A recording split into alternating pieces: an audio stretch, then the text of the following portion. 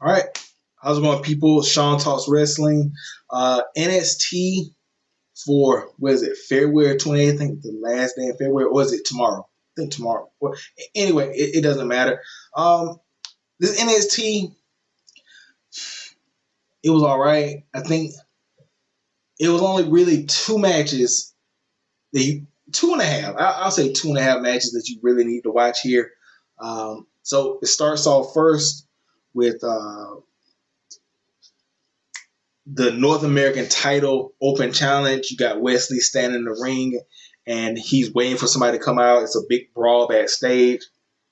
In the brawl, you have Hank Walker trying to attack Dempsey and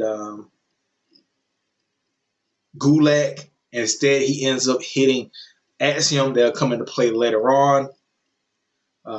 Out comes Blade and I forgot the other guy's name. I can't really pronounce it. They're trying to do the rock, paper, scissors thing to see who faces Wesley. Instead, Dabakoa bursts through both of them right before he's about to get into the ring.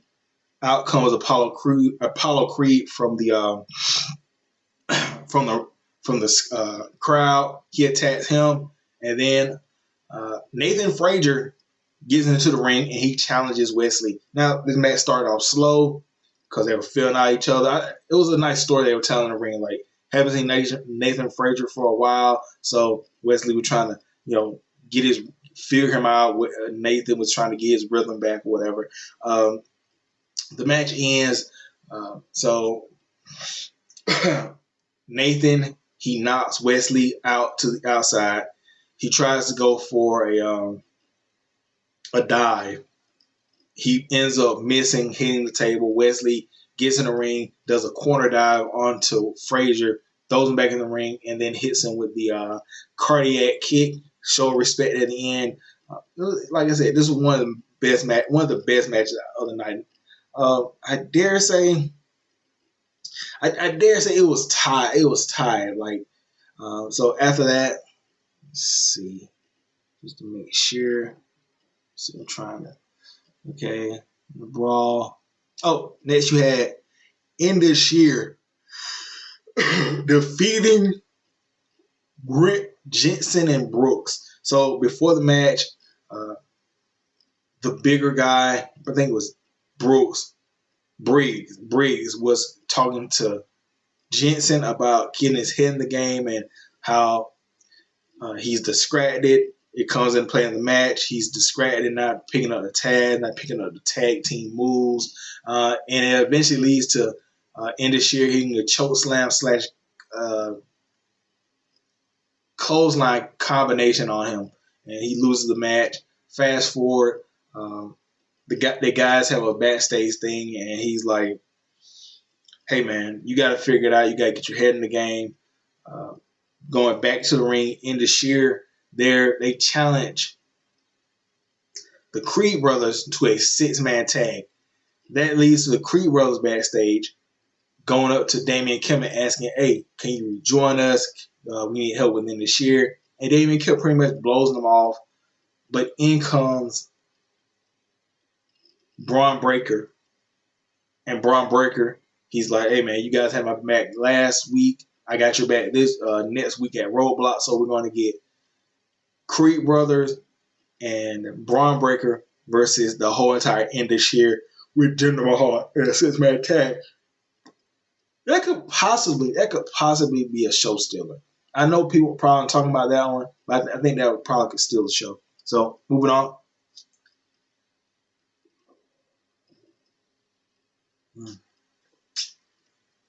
Got to stay hydrated, people. You got to stay hydrated. Okay. You had G. Dolan coming out. She says, cut the music. The music sucks. This is the last time you're going to hear it. And she cuts a promo about how JC betrayed her, how the physical pain is nothing. I thought she was going to go on Darby Allin. I don't know why I went there. I thought she was going to be like, I had an abusive husband.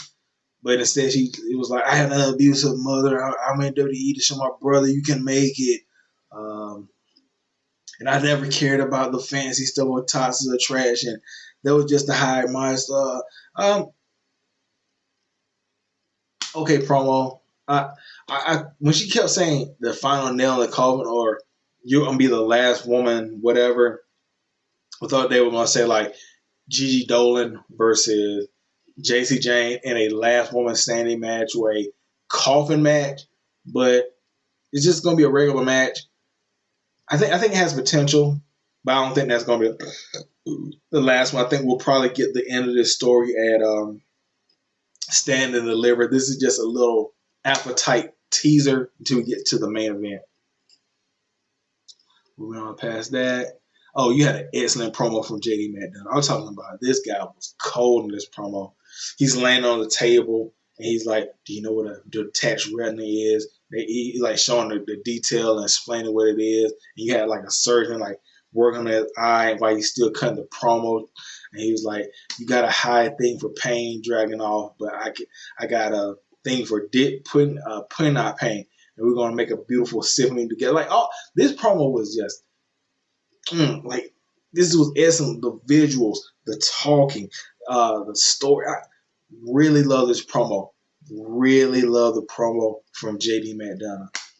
Eerie, fit the character, set up the match. Made me. If you weren't looking forward to the match after that promo, you probably are looking forward to that match. Just an excellent promo overall.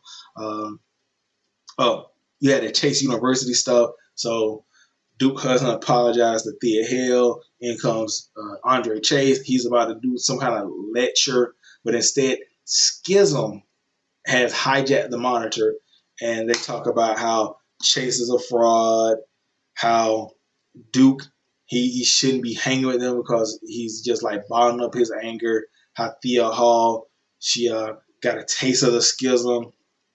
Um, And then Andre Chase challenges Joe Gacy next week at Roadblock. So, um, nothing really bad to say about that one. Mako Satomura versus Zoe Stark. Another like this was good. Uh, Mako won with the Scorpion Rising kick. I'm trying to think about some highlights of the match.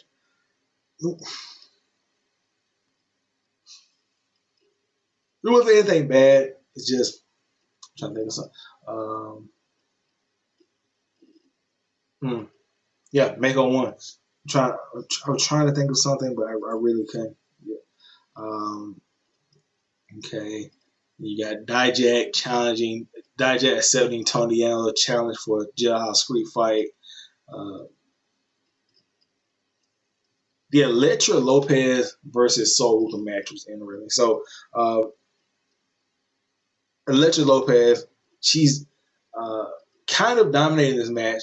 It's about like not really wrestling, but just like raw power moves, just like tossing her muscle around. Like Ruka goes for like some kind of speed stuff. She like just throws her down or whatever. And they show videos of Electra winning by using the brass knuckles. She hides in the turnbuckle, and that she's trying to show the girl on the outside. I can't pronounce her name. For Royce, how to win.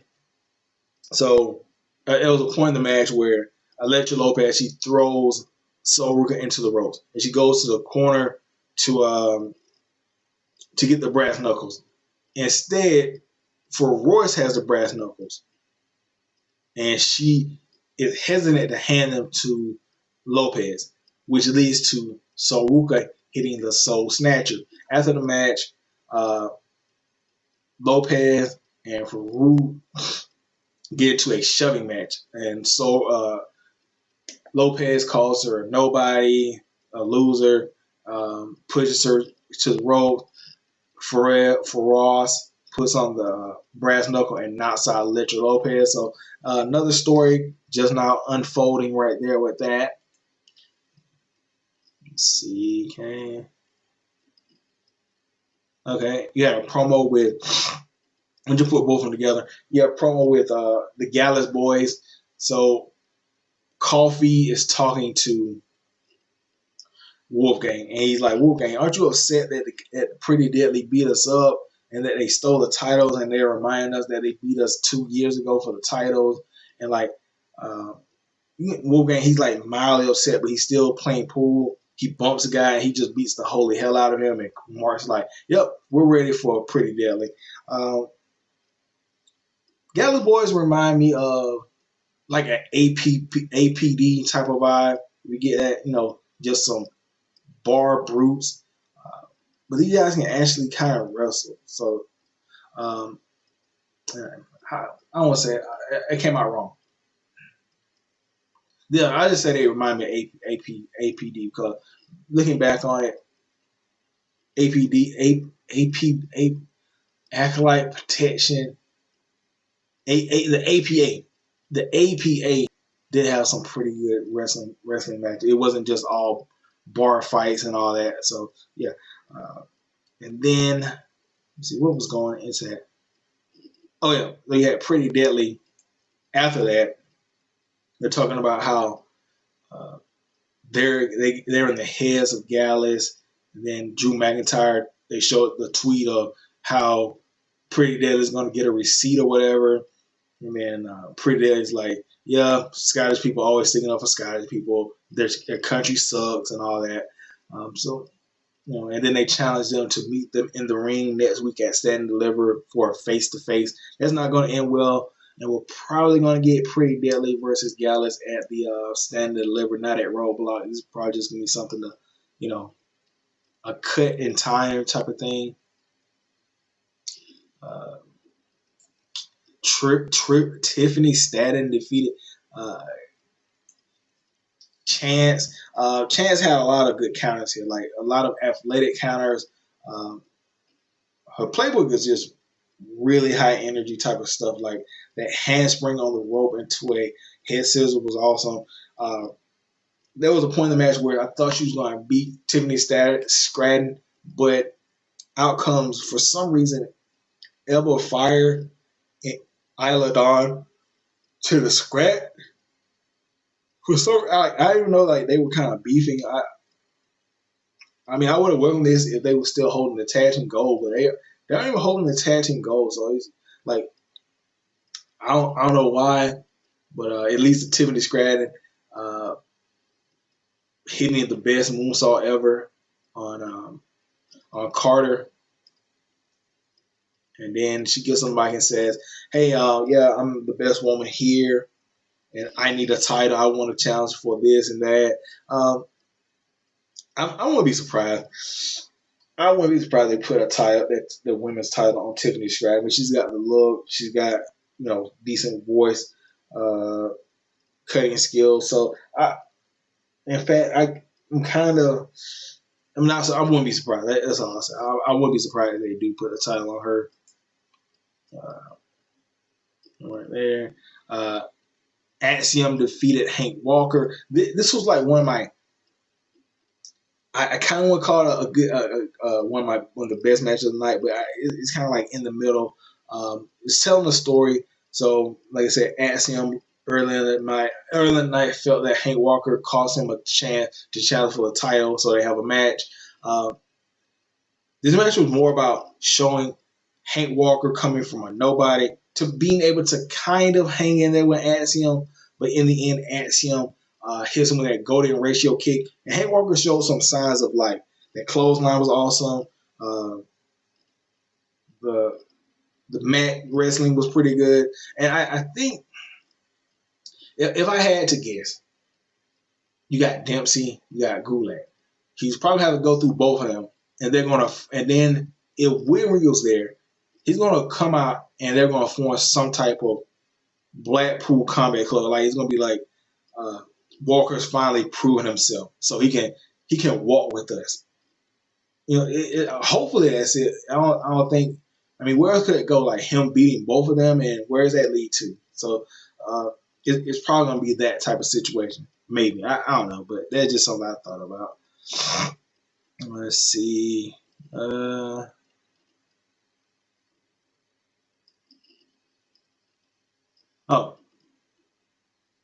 You had the main event.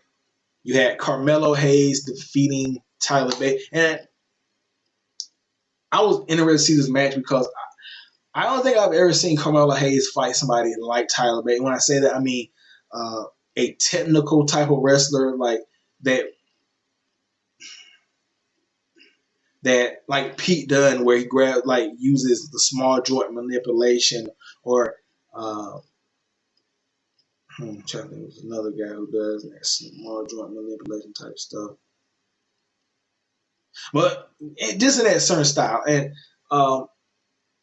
I think this was different. Like this for Carmelo, this you would tell his character was getting frustrated. Like when uh, Tyler was going for all that tip of the cap thing, the hand thing, the hey grab my leg, and he would just a little upset, and like there was a point in the match where he was going to do for. He was like, hold up, nah man, I can't. Like, and that was pretty cool because you think in these matches somebody would say like, okay, he does this every time, like, oh, the tip of the cap, oh, put my hand up, I put my hand up, grab my thigh, okay, I'll grab your thigh, and they fall for the trap, and that was just a nice little twist. Like, okay, Carmelo's a little bit smarter than the rest of the guys who would have fell for that. And the only blight out upon this match, and this is the only blight. So the end of the match comes. Carmelo, he's got Tyler down. Okay, whatever. Okay, cool. Tyler springs up, hits him with a over the top suplex from the top rope. Cool. Tyler gets on the top rope and he's about to hit a splash. Trick Mello gets on the apron to the scratch. I understand they're healed, but it kind of taints. It's just like, okay, he's him. He says he's him. He says he's that guy, but he needs another guy to get the win for it. Huh? So after the distraction from Trick, Tyler goes for the I forgot what they call it thing. The shoot. AJ Styles used to hit it out from the top rope. Spinal tap. The spinal tap. He misses. Carmelo hits him with that code breaker. He gets on top, hits the leg drop, and gets the win. Now, I think myself, okay, the match was good, really great. The match was really great up until that point.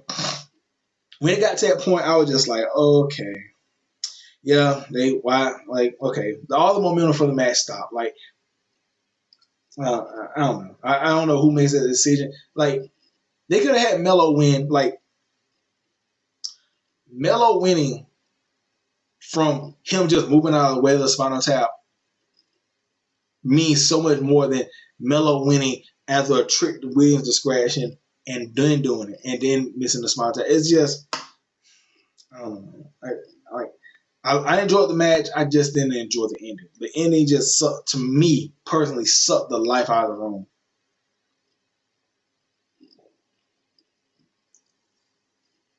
So anyway, I'm gonna get out of here. Tell me you guys' thoughts on NXT. If you liked it, loved it, blah, AEW tomorrow. I promise. AEW tomorrow. I promise. I don't promise, but hopefully. Anyway, I'll catch you guys later. Peace out.